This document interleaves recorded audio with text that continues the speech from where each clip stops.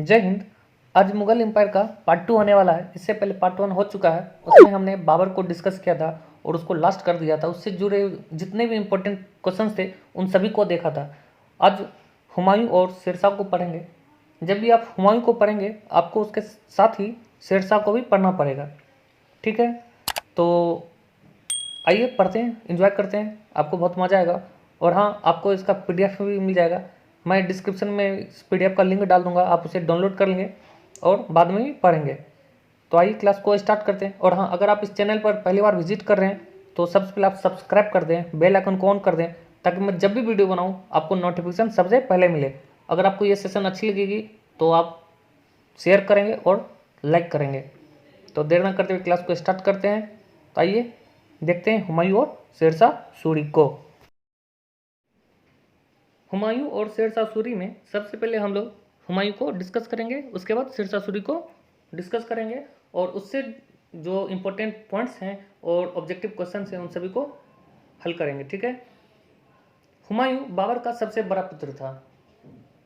जब बात आई बाबर की तो मैंने आपको पिछले क्लास में आपको बाबर पढ़ाया है, तो थोड़ी बहुत आपको रिकॉल कर देता हूँ बाबर से जुड़े हुए, जो बाबर से जुड़े हुए एग्जाम में पूछे जाते हैं। पूछा जाता है बाबर ने कितने युद्ध लड़े थे भारत में, तो उन्होंने 4 युद्ध लड़े थे। टोटल लड़े थे 5, और उसमें एक सक्सेस नहीं था और बाद बाकी 4 सक्सेस था, ठीक? तो उसमें पहला है पानीपत का प्रथम युद्ध, पानीपत फर्स्ट। उसके बाद खानवा का युद्ध, ठीक है? उसके बाद चंदेरी का युद्ध, उसके बाद घाघरा का युद्ध, ठीक है? अब मैं आपको इसका ईयर बता देता हूँ। पानीपत का प्रथम युद्ध 1526 में लड़ा गया था, खानवा 1527, चंदेरी 1528 और घाघरा 1529। ये आपको याद रखना, डेट और युद्ध का नाम, ठीक है? और सीरियल वाइज भी, क्योंकि 26, 27, 28, 29 ये 4 लगातार ईयर में बाबर ने युद्ध लड़ा था, ठीक है? और इसका मैंने आपको ट्रिक भी दिया था। ट्रिक था पख चंगा। पख का प से पानीपत, ख से खानवा, चंद से चंदेरी, घा से घाघरा। एक और ट्रिक मैंने दिया था, पान खाकर चल घर। तो इसके जो पहले सबके फर्स्ट अक्षर, जैसे पान से, जो पान से पा है उससे पानीपत, खा से खानवा, चल से चौ से हो गया चंदेरी और घ से घाघरा का युद्ध, ठीक है? तो आपको मैंने रिकॉल कर दिया बाबर से। अब हम लोग हुमायूं के बारे में पढ़ते हैं। हुमायूं का पूरा नाम नसीरुद्दीन हुमायूं था, ठीक है? वो 23 वर्ष की अवस्था में 29 दिसंबर 1530 ईस्वी को आगरा के सिंहासन पर बैठा और राजा बना, ठीक? राजा बनने से पहले वो बदखसा का सूबेदार था, ठीक? सूबेदार एक पोस्ट का नाम है, जैसे कोई जॉब करता है उस जॉब का नाम होता है MTS। कोई MTS बनता है, कोई एक्साइज इंस्पेक्टर बनता है, कोई इनकम टैक्स ऑफिसर बनता है, कोई असिस्टेंट सेक्शन ऑफिसर बनता है, कोई रेलवे में ग्रुप डी। तो ये सारे पोस्ट हैं। तो उसी तरह सूबेदार उस टाइम सैनिक के तौर पर सूबेदार एक पोस्ट था, तो हुमायूं सूबेदार था, ठीक है? कहाँ का? बदखसा का, राइट?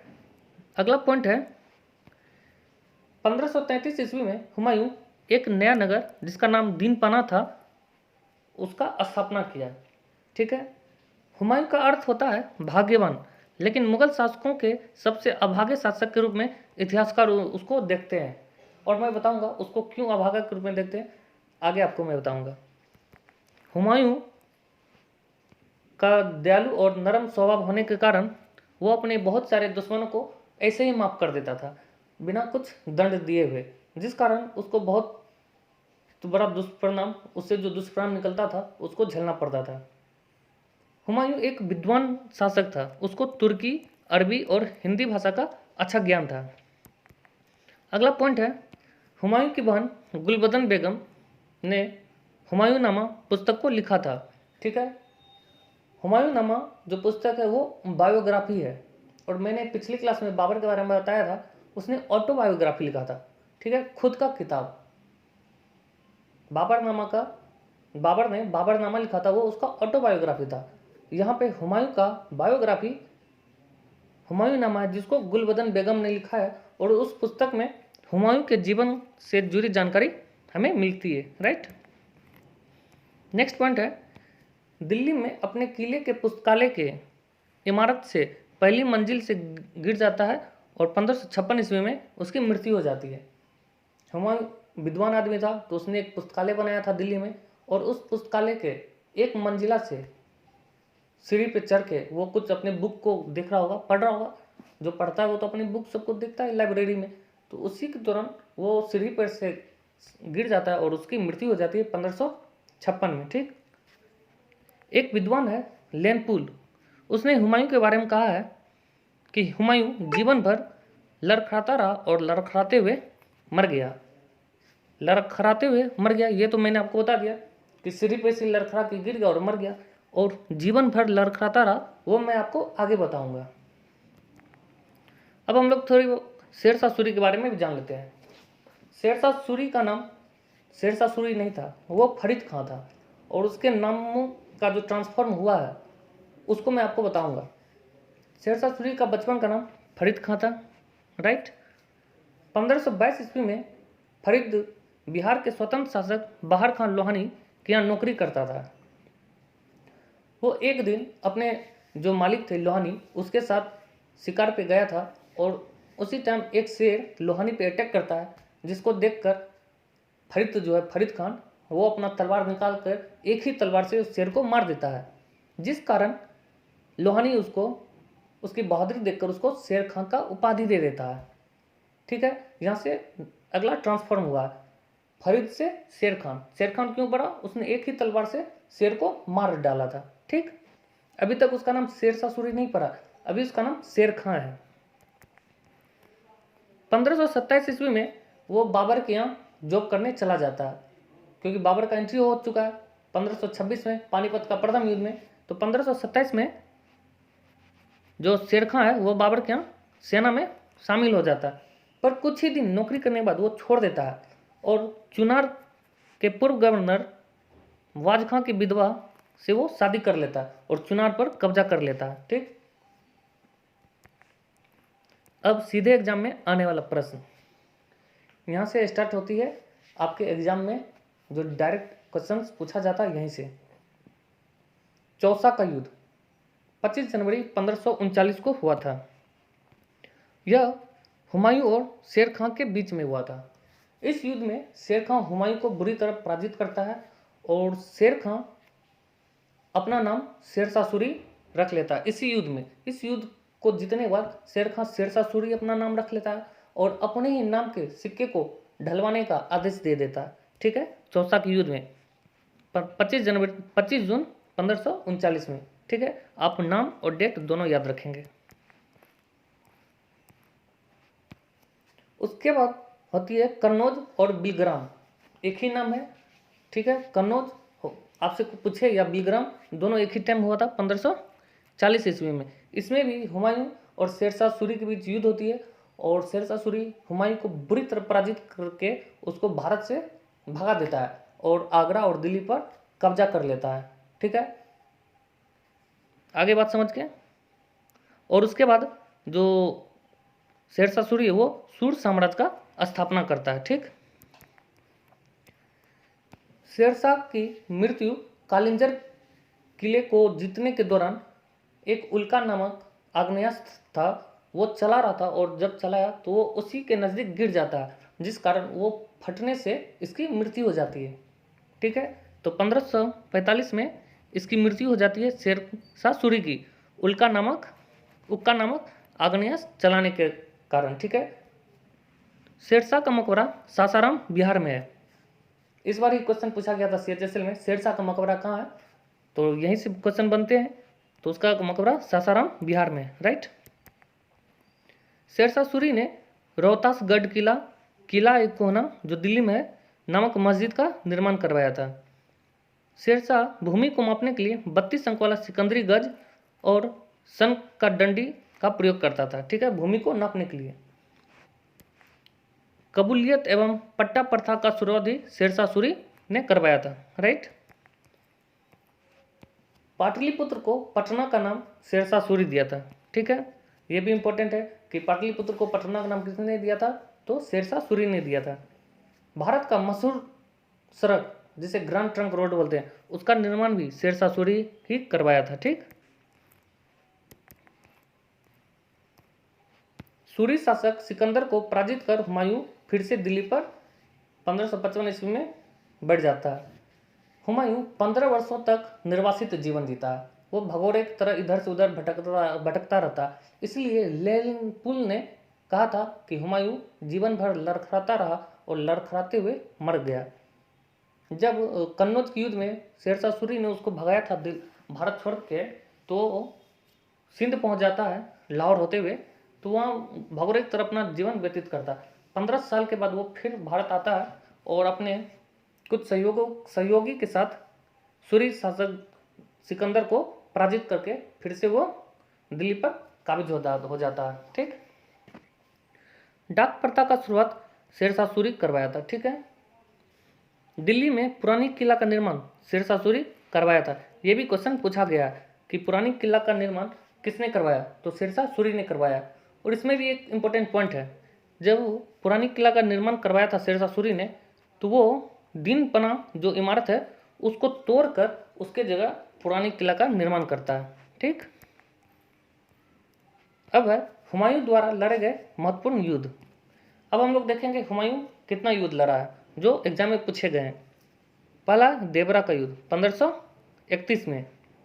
ठीक है, मोहम्मद लोदी को पराजित करता है हुमायूं, ये पहला युद्ध है। दूसरा युद्ध है चौसा का युद्ध, जिसमें शेरशाह सूरी इसको हराता है और अपना उपाधि जो है शेरशाह का अपना नाम ले लेता है और अपने नाम का सिक्का को ढलवाता है। ठीक, उसके बाद होता है बिलग्राम का युद्ध 1540 में। इसमें शेरशाह सूरी जीतता है और हुमायूं को भारत छोड़कर भागने पर मजबूर कर देता है।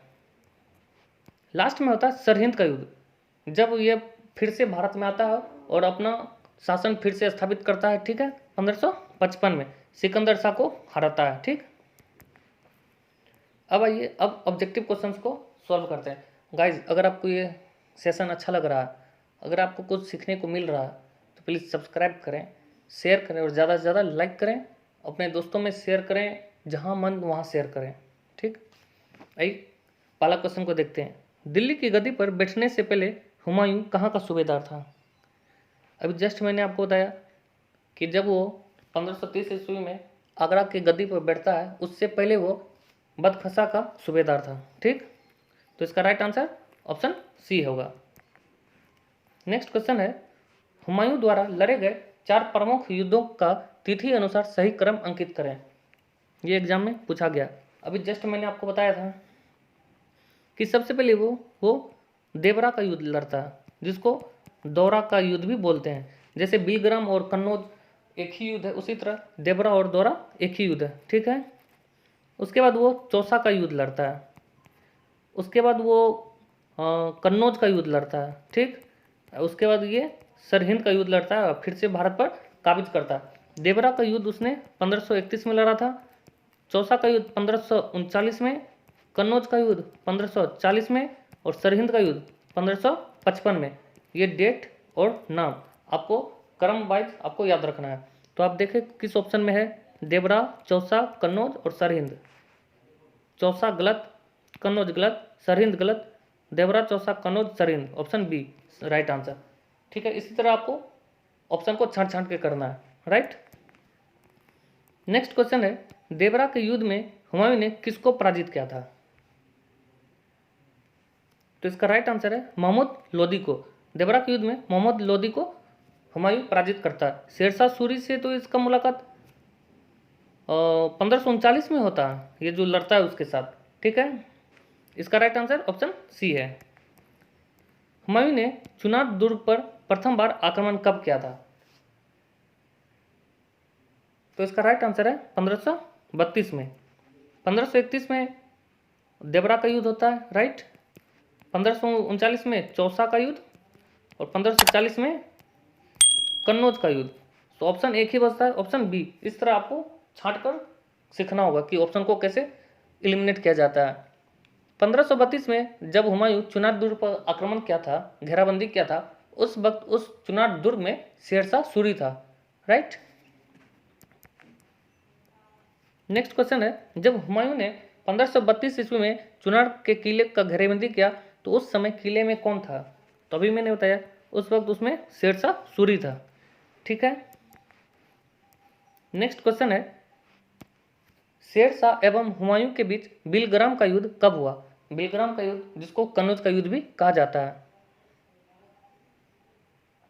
तो इसका राइट आंसर है 17 मई 1540 में। ठीक है, ऑप्शन ए इसका राइट आंसर है। नेक्स्ट क्वेश्चन है, किस मुगल शासक ने 2 बार शासन किया? तो वो शख्स हुमायूं था। हुमायूं एक बार तो 1530 में गद्दी पे बैठता है, ठीक है, और एक बार 1555 में बैठता है। इसकी कहानी को मैंने आपको बता दिया है। ठीक है, तो इसका राइट आंसर हुमायूं होगा, ऑप्शन सी। नेक्स्ट क्वेश्चन है, मुगल चित्रकला की आधारशिला किसने रखी थी? तो इसका राइट आंसर है ऑप्शन सी, हुमायूं। हुमायूं मुगल में चित्रकला का आधारशिला रखा था। जैसे कुतुबुद्दीन ऐबक कुतुब मीनार का नींव रखा था और उसको पूरा किया था इल्तुतमिश ने, उसी तरह चित्रकला का भी आधारशिला हुमायूं ने रखा था, और जहांगीर के समय में यह चरम स्पर्श पे था। ठीक है, नेक्स्ट क्वेश्चन है, हुमायूंनामा किसने लिखा था? तो इसका राइट आंसर है गुलबदन बेगम। जो हुमायूं की बहन थी गुलबदन, उसी ने हुमायूंनामा पुस्तक को लिखा है। नेक्स्ट क्वेश्चन है, हुमायूं का मकबरा किसने बनाया था और किस स्थान पर यह मकबरा है? तो इसका राइट आंसर हाजी बेगम है। हाजी बेगम हुमायूं का मकबरा को बनाती है और वह दिल्ली में स्थित है। ठीक है, नेक्स्ट क्वेश्चन है, निम्नांकित मकबरा में से कौन सा एक बड़े उद्यान के केंद्र में स्थित है और ताजमहल का पूर्ण रूप जैसा प्रतीत होता है? तो इसका राइट आंसर है ऑप्शन डी, हुमायूं का मकबरा जो दिल्ली में है। एतमादुल्ला का मकबरा आगरा में, यह आपको याद रखना है, इसलिए तो मैंने आप ऐसा ऑप्शन दिया है कि आपको एक के साथ साथ 4 ऑप्शन के बारे में भी आपको जानकारी मिल जाए। अकबर का मकबरा सिकंदराबाद में है, इस बार कुछ एग्जाम में पूछा गया था। शेरशाह का मकबरा सासाराम में है। राइट, आपको सबका मकबरा कहाँ कहाँ है वो स्थान आपको याद रखना है। राइट, नेक्स्ट क्वेश्चन है, दिल्ली में कौन सा ऐतिहासिक स्मारक है जो भारतीय तथा ईरानी वास्तुकला शैली का उदाहरण है? तो इसका राइट आंसर है हुमायूं का मकबरा। हुमायूं का मकबरा में भारतीय और ईरानी दोनों वास्तुकला मिलता है। ठीक, नेक्स्ट क्वेश्चन है, मकबरे की स्थापत्य कला में 4 बाग व्यवस्था का भारत में किसके मकबरे में सर्वप्रथम प्रयोग मिलता है? तो इसका राइट आंसर है हुमायूं का मकबरा में। ठीक है, नेक्स्ट क्वेश्चन देखते हैं, सूर साम्राज्य का संस्थापक कौन था? तो इसका राइट आंसर है शेरशाह सूरी। शेरशाह सूरी ने ही सूर साम्राज्य का स्थापना किया था। शेरशाह सूरी यह दूसरे अफगानी वंश बोल सकते हैं, आप राजा बोल सकते हैं, जो भारत में रूल किया था, क्योंकि इससे पहले लोदी वंश यह अफगानी वंश था। ठीक है, तो इसलिए शेरशाह सूरी को अफगान वंश का दूसरा बोला जाता है। ठीक, नेक्स्ट क्वेश्चन है, किस युद्ध को जीतने के बाद शेरशाह ने दिल्ली में द्वितीय अफगान सत्ता का स्थापना किया था? तो वो युद्ध था बिलग्राम का युद्ध। चौसा का युद्ध लड़ा था, पर उसमें वो दिल्ली और आगरा पे राज नहीं कर पाया। बिलग्राम का युद्ध, जिसको कन्नौज का युद्ध बोलते हैं, 1540 में या 1539 में हुआ था चौसा का युद्ध। ठीक, कालिंजर का युद्ध में ये मर जाता है 1545 में शेरशाह सूरी।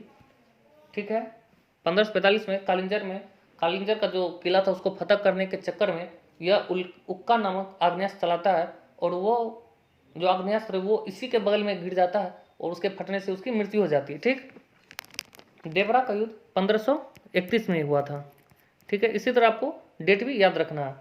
तो बिलग्राम का युद्ध जब शेरशाह सूरी ने जीता और हुमायूं को भगा दिया और आगरा और दिल्ली पे कब्जा कर लिया। ठीक, नेक्स्ट क्वेश्चन है, हुमायूं द्वारा दिल्ली की गद्दी पर कब बैठा? तो इसका राइट आंसर है 23 जुलाई 1555। यह फिर से आता है, सरहिंद का युद्ध लड़ता है। ठीक है।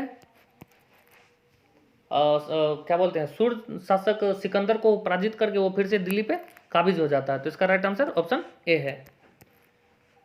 नेक्स्ट क्वेश्चन है, शुद्ध चांदी का सिक्का रुपया सर्वप्रथम किसने शुरू किया था? तो इस सब का श्रेय शेरशाह सूरी को जाता है। Sher Shah Suri Grand Trunk Road बनाता है, ठीक है, पुराना किला जो है दिल्ली में वो बनाता है, उसके बाद सिक्का स्टार्ट करता है, ठीक है, और इसका मकबरा सासाराम में है। सारा पॉइंट आपको याद रखना है, ये सब पॉइंट मैंने आपको लिख दिया है, बता दिया है। अगर आप इस पीडीएफ को भी बाद में पढ़ोगे तो आपको कहीं और जाने की जरूरत नहीं पड़ेगी, आपको कोई बुक उल्टाने की जरूरत नहीं पड़ेगी दोस्तों। नेक्स्ट है, किसके समय में मलिक मोहम्मद जैसी ने पद्मावत की रचना की थी? तो एक तो क्वेश्चन आपका यहीं से बन रहा है, मलिक मोहम्मद जैसी, ठीक, आपसे पूछेगा पद्मावत पुस्तक को किसने लिखा है? तो उसका राइट आंसर है मलिक मोहम्मद जैसी। अब क्वेश्चन पूछा यह किसके समय में लिखा गया था? तो इसका राइट आंसर है शेरशाह सूरी के समय में।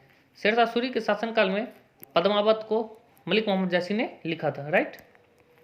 नेक्स्ट क्वेश्चन है, निम्नलिखित में से किस मकबरे में हिंदू तथा ईरानी वास्तुकला का सर्वप्रथम समन्वय देखने को मिलता है? तो उसका राइट आंसर है शेरशाह सूरी का मकबरा, ठीक है। हिंदू और ईरानी वास्तुकला सर्वप्रथम समन्वय शेरशाह सूरी के मकबरे में देखने को मिलता है। नेक्स्ट क्वेश्चन है, मात्र और लास्ट क्वेश्चन है, मात्र एक मुट्ठी बाजरे के चक्कर में मैंने अपना साम्राज्य खो दिया होता, इस कथन को किस शासक ने कहा था? तो इसका राइट आंसर है शेरशाह सूरी। शेरशाह सूरी ने बोला था कि मात्र एक मुट्ठी बाजरे के चक्कर में मैंने अपना साम्राज्य खो दिया होता, ठीक। तो जितने भी इम्पोर्टेंट पॉइंट्स थे और क्वेश्चंस बन सकते थे उन सभी को मैंने करवा दिया है शेरशाह सूरी और हुमायूं से रिलेटेड। तो आज लेक्चर 2 खत्म हो गया। हुमायूं पिछले क्लास में बाबर खत्म हुआ था, अब जो नेक्स्ट आएगा उसमें हम अकबर को देखेंगे, ठीक है। तो गाइज अगर आपको ये सेशन अच्छा लगा हो तो प्लीज़ लाइक, शेयर और सब्सक्राइब तीनों कर लें, ठीक है। तो मिलते हैं नेक्स्ट क्लास में, तब तक आप अपने और अपने परिवारों का ख्याल रखें।